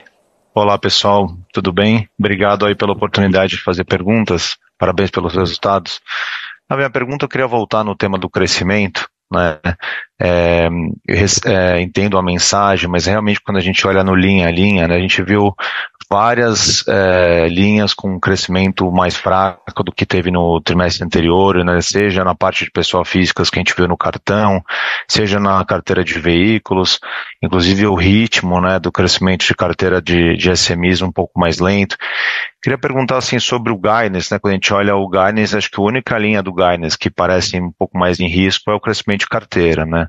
Então queria que vocês passassem assim, quanto vocês poderiam ter revisado o guidance, né? Então se o guidance ficou estável em crescimento, imagino que queria entender assim o nível de confiança, né, que vocês estão em relação ao ponto médio do guidance, ao piso, para a gente entender aqui o que esperar aí nos próximos trimestres e da onde que deveria vir esse crescimento, né? Então, qual carteira aqui que deveria ajudar nessa composição do guidance. E daí, só como continuidade, né, dessa pergunta, a questão do dividendos, né? Realmente dá a impressão de que o payout, né, percentual ao lucro pode ser mais alto nesse ano do que no ano passado, né? Não sei se é cedo para falar isso, mas queria perguntar o que vocês puderem compartilhar aqui com a gente. Tá ótimo, Marcelo, obrigado aí pela pergunta e pelas palavras iniciais, prazer em vê-lo aqui no nosso call. Olha, eu acho que você tem razão quando você olha o realizado e o projetado, tá? E de fato a gente, quando faz uma revisão de guidance, a gente faz revisão linha a linha, tá? Então a gente olhou e revisitou todas elas, porque se tiver uma informação melhor disponível, a gente vai corrigir, sempre que necessário. Mas de fato, quando você olha, quer dizer, aparentemente o maior desafio de fato está na carteira, tá? Então você está correto nessa visão, ainda assim a gente reafirma o guidance, tá? Então a melhor informação que a gente tem hoje tem o efeito de variação cambial, que é importante, então como a gente viu o real se apreciando contra as outras moedas, isso acaba jogando contra, e ali é um guidance de carteira de consolidado, então moeda pode explicar um pedaço do comportamento. É difícil projetar o câmbio no segundo semestre, então se ele vai ajudar ou se ele vai atrapalhar para essa linha de crescimento de carteira, mas a gente continua acreditando que todos os segmentos da forma como a gente se planejou para esse ano e fez o guidance, vão conseguir entregar aquilo que está previsto no guidance, tá? A gente não dá guidance de ponto, né? Então, eu não vou te falar se é o ponto médio ou se não. A gente dá uma faixa, a gente acha que a faixa ainda é a melhor informação, a nossa melhor expectativa de crescimento de carteira. Qualquer coisa diferente disso, naturalmente, ajustes serão feitos, mas a gente continua confiante de que a gente é capaz de entregar o guidance com as informações que a gente tem. Agora, depende de cenário, depende de ciclo, depende de demanda. A gente tem visto uma demanda mais fraca, com nível de juros mais alto. Enfim, então tem uma série de fatores aqui que afetam. E está bem distribuído, tá? Não tem, de novo, um segmento específico. A gente acha que continua crescendo com qualidade na pessoa física, crescendo de forma saudável na pessoa jurídica, em grandes empresas também um crescimento saudável em todos os segmentos, quer dizer, com maior ou menor grau, mas assim não existe um segmento específico que vai performar muito melhor do que o outro, tá? Eu acho que, de novo, a gente está dentro das nossas expectativas iniciais, tá? Esse é o primeiro ponto. E o segundo ponto, sobre payout, a gente não dá um guidance de payout, tá? Enfim, então, na tua pergunta, você usou a palavra, será que ainda é um pouco cedo? Eu acho que ainda é um pouco cedo, mas direcionalmente, o que eu queria dizer para você é o seguinte, a gente tem conseguido crescer capital com muita qualidade, né? Ver que a gente cresceu aqui, expandiu o CET1 meio ponto percentual, 0,6, ajustado pela provisão do JCP, enfim, então a gente continua com um ritmo de geração de capital muito sólido. Tem um segundo semestre praticamente aí pela frente, então vamos esperar para ver como é que a gente entrega os resultados dos próximos 2 trimestres, como é que vem o cenário macro e micro com os desafios todos, e entregando um resultado sólido, ano que vem a gente vai sentar para ver projeção, né, o que a gente está imaginando de crescimento de carteira, oportunidades de investimentos, naturalmente. Vamos olhar para o nosso apetite, né, a gente tem olhado muito mais para 12 de CET1 como regra aqui para distribuição de dividendo, e a gente ainda tem alguns impactos regulatórios pela frente, risco operacional e risco de crédito, que a gente pagou a primeira parcela, né, a gente fez em 4 vezes sem juros a implementação que o Banco Central fez, então no primeiro tri do ano que vem a gente deve ter mais algum impacto. Com essas projeções a gente vai poder calibrar bem. O objetivo não é reter o excesso nessa lógica, não é mais pagamento extraordinário, já virou um pagamento adicional de dividendo, é assim que tem sido, quer dizer, ele virou recorrente na medida que a gente tem conseguido gerar uma boa base de capital, e essa é a nossa melhor expectativa, de que a gente sem dúvida vai ter um pagamento adicional com a mesma mecânica, vamos dizer assim, de modelagem que a gente utilizou para o pagamento desse ano, tá? Do ponto de vista de lógica de distribuição. E aí ano que vem, com mais informações, a gente vai detalhar para vocês. Mas a gente está positivo em relação a isso. Now we're going to switch to English as we have Tito Labarta from Goldman Sachs with us. Tito, the floor is yours. Great. Thanks, Gustavo. Hi, Milton. Gabriel, thank you for the call and taking my questions, and congratulations on the strong results. I guess my question is in terms of your maybe longer term or sustainable profitability, right? I mean, ROE is very strong. You have excess capital, which you can return. You have room to improve efficiency. So, I mean, if we continue to extrapolate what you've been doing, ROE could continue to go up, I don't know, 24, 25, and cycle can change, interest rates will move. But just to think, how do you think about the sustainable profitability? And I say that in the context of thinking about the competitive environment, right? I mean, you've de-risked on the lower income side. We have some very strong competitors there. A lot of the competitors are trying to get more into high income, where I think you have a bit of a competitive advantage. Given this sort of changing competitive landscape, you continue to produce strong results. What do you think is a right level of sustainable ROE, you know, at least from a high level, just given all these moving parts that you have? Thank you. Hi, Tito. Thank you for your initial words. Good to see you here. Thank you for coming. My view is that even though we don't guide ROE for the long term, we never did, and we keep thinking that this is the best way to give you a right access about the way we are seeing the future. We believe that there are a lot of elements, as you said. So the macro is relevant, the level of activities is relevant. At the end of the day, the cost of equity is relevant, because if there is a change in the long term in the cost of equity, we might see the ROE somehow behaving in a different way, but always looking to the capital gains, value creation that we have as our mantra here in the bank, the way we manage the organization. So I believe looking for this year, I think it's not so tough to say what I'm going to say, but the 20 plus is reasonable to expect. This somehow is implied in the guidance that we just adjusted. But we think we still have the capabilities and the levers to keep delivering good profitability for the bank. It's, of course, it depends on competition, and competition is tough. It's always tough in all the segments. We know we have a lot of very good banks working every day, trying to grow in the segments when somehow we've been leading. But we believe that we have the capabilities, we have the teams, we have the structure and all the investments we've been making throughout the years to compete very strong and to keep delivering a good position in all those segments where we are. So I don't see reasons why today, with the information we have, to see the profitability going under the levels that we've been delivering. I'm not guiding return on equity. Please don't take me wrong. I'm just saying that this level of profitability so far is sustainable. Let's see the coming quarters. What are the challenges we have for Brazil, for the macro, for the micro, for competition, for interest rate, for activity? All of them have a relevant impact in the level of profitability. But I don't foresee up to now a reason why we cannot keep delivering good level of profitability. Now we are going to keep the discussion in English as we have Nicolas Riva from Bank of America with us. Nicolas, good to see you. Please go ahead. Okay, thanks, Gustavo. Good to see you as well, and also Milton and Gabriel.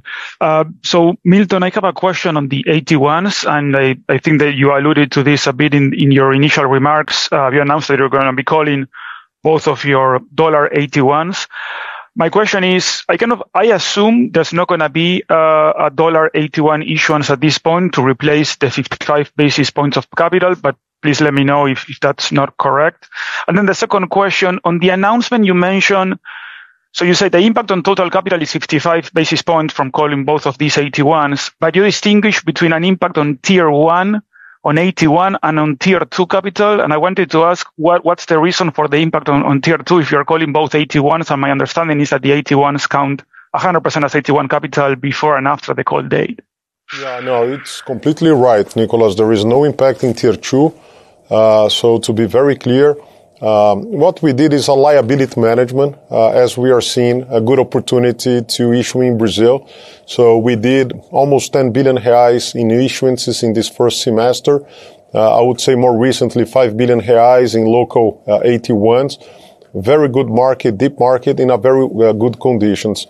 So as the level of the capital of the bank is 13.1, we don't think we need to be full power in AT1 1.5. So we are very comfortable to go behind it. So after all those calls, the $700 million and the $750 million bonds, AT1s, we should go below 1.5. Our best estimate is to be 1.3, and we are very comfortable with that. So in the short term, with the market conditions we've been seeing, we don't anticipate going to the international market to do new issuances for AT1. Of course, if there is opportunity in Brazil at a good level of price, we may issue more, always looking to the restriction we have, that is 1.5. Even though we fulfill today with AT1, we have almost 1.9, 1.8 in AT1s. But we can only use the 1.5. That's why we release the figures the way I just made the presentation.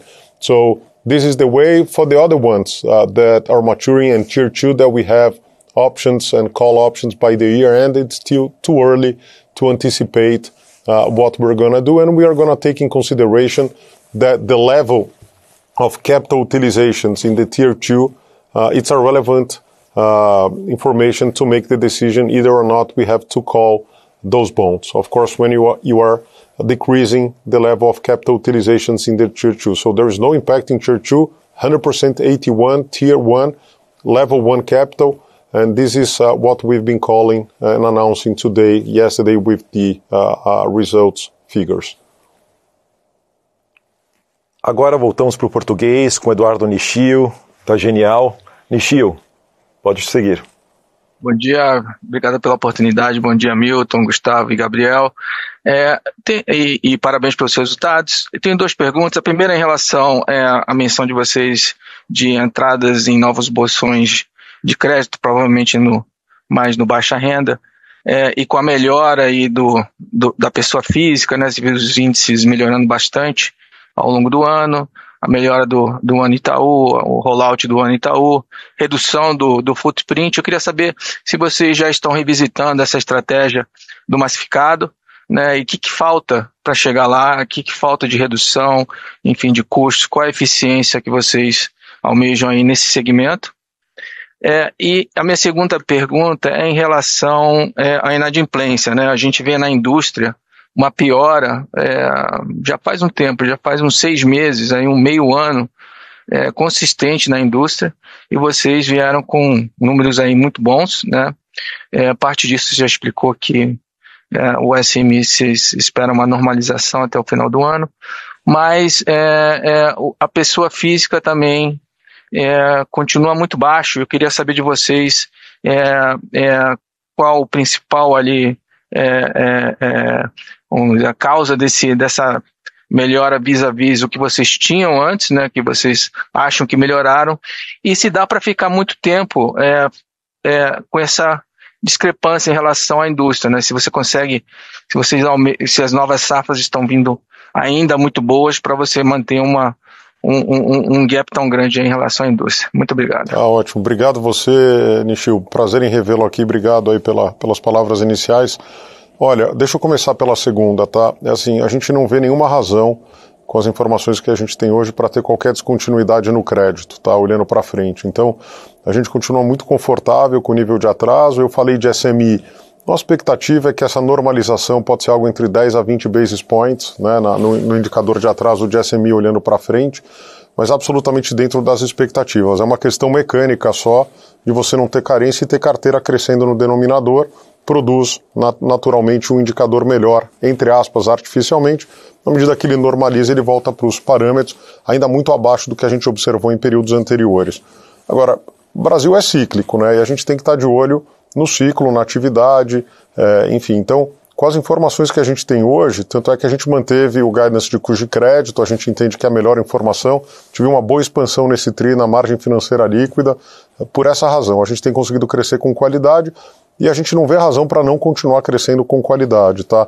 Todas as safras, sem nenhum desvio daquilo que a gente se coloca como público target. Então, acho que essa visão de portfólio, visão de longo prazo é determinante para que a gente continue performando. Obviamente, volatilidade sempre pode vir, né? A gente já viu isso no Brasil, não uma vez, mas inúmeras vezes.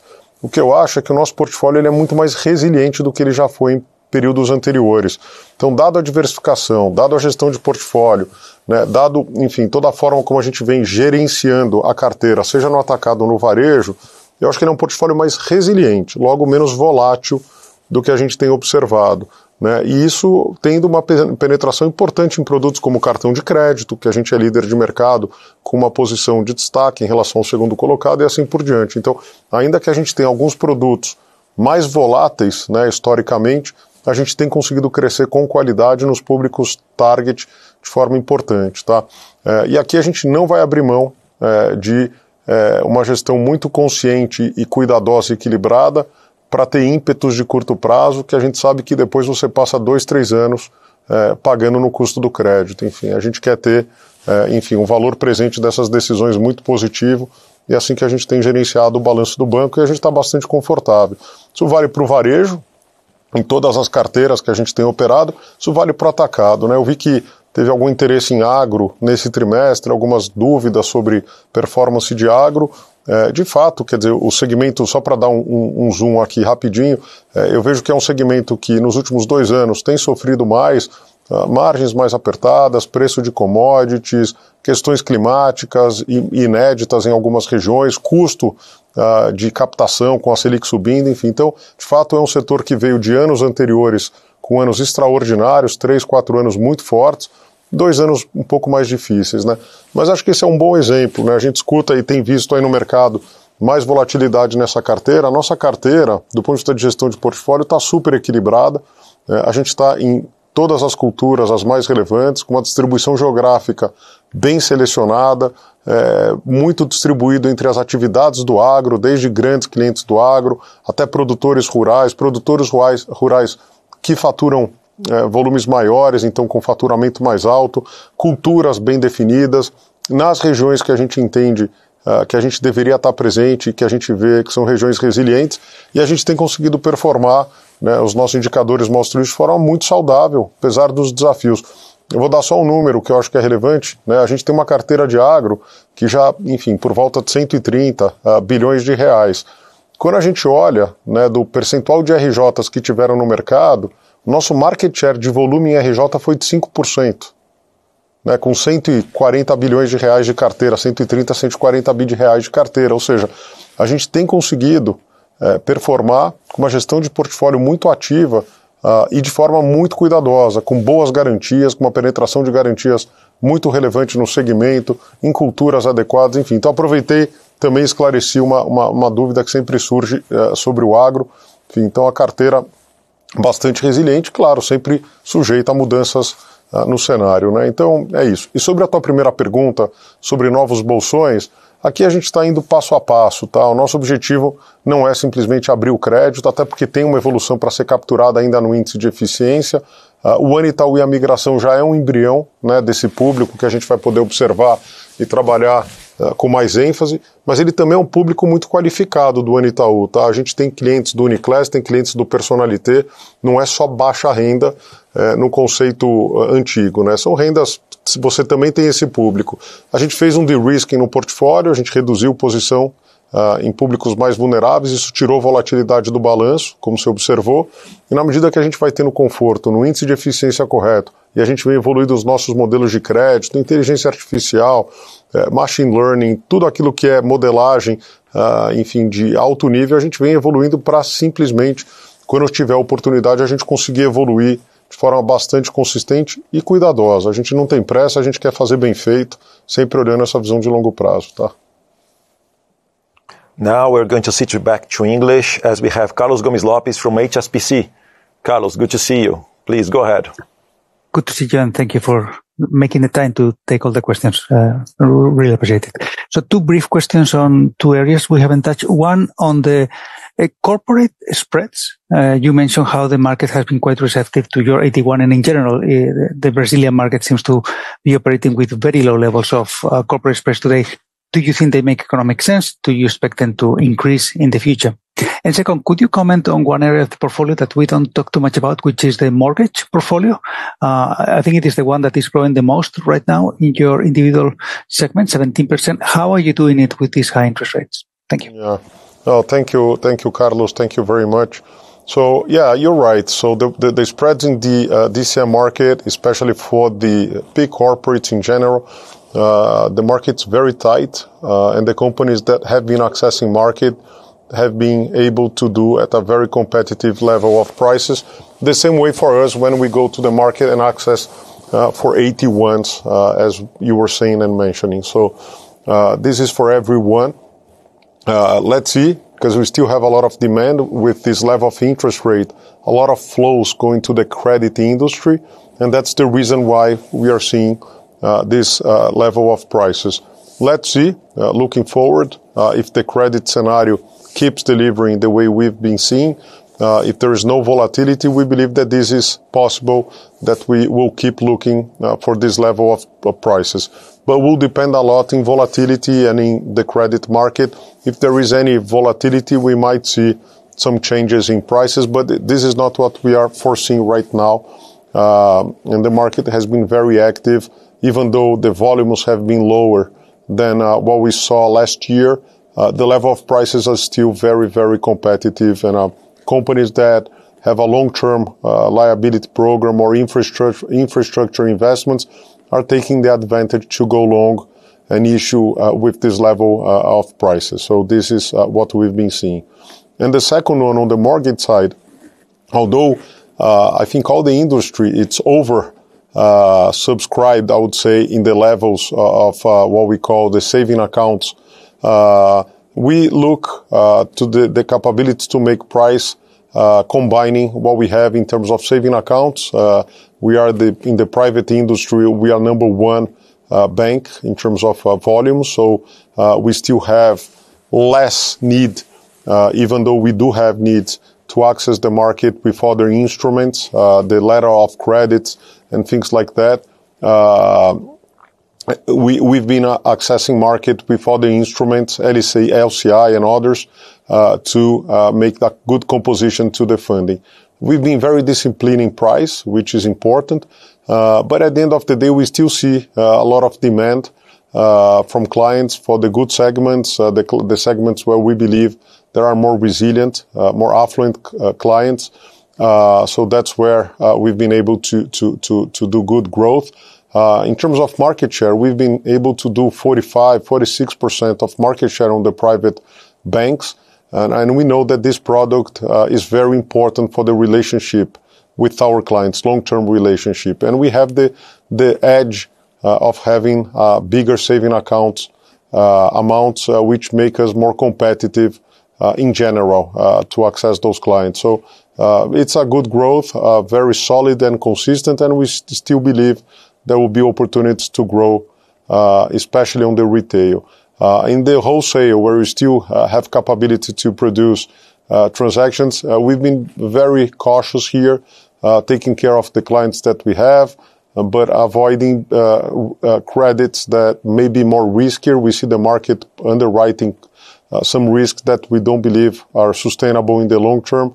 So we've been very disciplined with the real estate, especially on the mortgage side.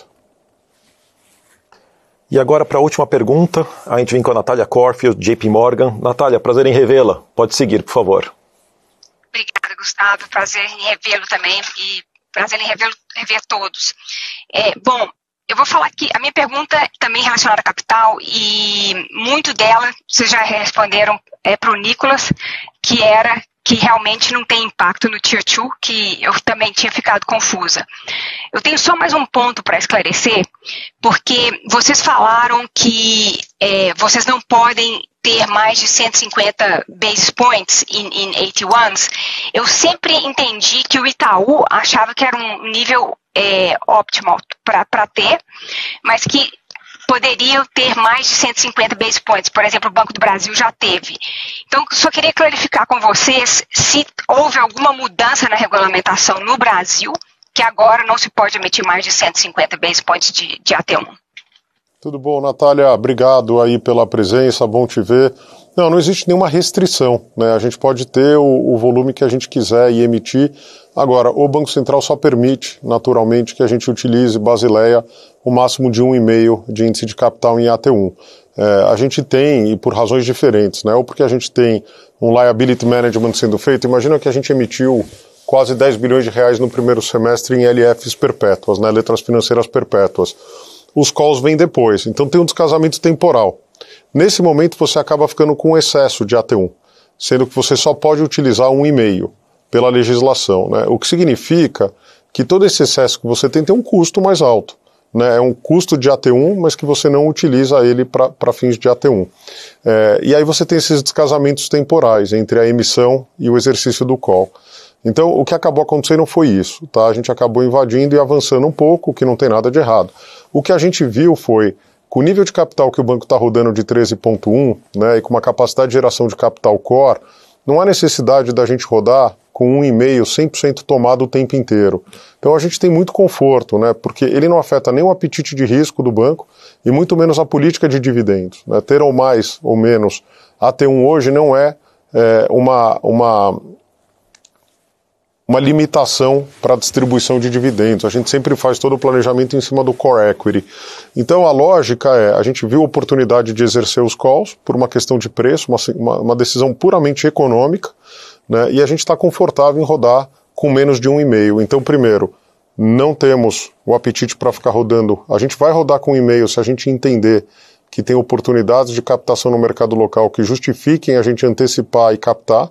Se não for o caso, a gente está muito confortável em rodar com 1,3 ou até com menos de 1,3 se a gente entender que tem uma oportunidade, dado o nível de capital que o banco tem de core equity, e a gente vai ter e pode ter, ao longo do tempo e do ciclo, mais ou menos a utilização do que um e-mail, como está acontecendo agora, mas isso não é uma limitação, nem uma mudança de apetite, né? É uma questão mais circunstancial e a gente está bastante confortável com isso, tá? De fato, se ficou alguma dúvida em relação ao Tier 2, não existe qualquer relação, discussões dos calls do Tier 2 serão tomadas, as decisões serão tomadas mais para frente, com mais informações e levando em conta o que eu falava para o Nicolas agora há pouco, a decadência, né, da utilização de capital, que é um variável importante para você atribuir o valor econômico daquela emissão. Tá? É disso que a gente está falando, mas enfim, então acho que agora ficou mais claro para vocês. Obrigado, Milton, Gabriel e todos vocês que participaram e escutaram essa nossa videoconferência. Com isso terminamos a nossa sessão de Q&A. E gostaria de passar, antes de terminarmos aqui, a palavra para você, Milton, para as suas últimas considerações. Eu queria, de novo, agradecer, enfim, pela participação, pelas perguntas, pelas palavras, enfim, eu acho que o ponto que fica aqui é a cultura mesmo, a força, né, da organização, no sentido de que, enfim, estamos todos aqui muito dedicados, de olho no cenário, atentos às mudanças e sempre insatisfeitos, achando que a gente pode fazer melhor todos os dias. Eu acho que isso é o que tem feito o banco evoluir ao longo desses anos todos, tá?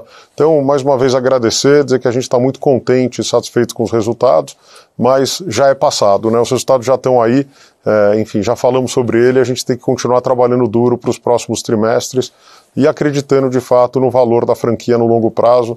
Enfim, é nisso que a gente acredita todos os dias, né? Focar num crescimento sustentável, evoluir muito a satisfação de cliente, centralidade, resolver dor de cliente todos os dias.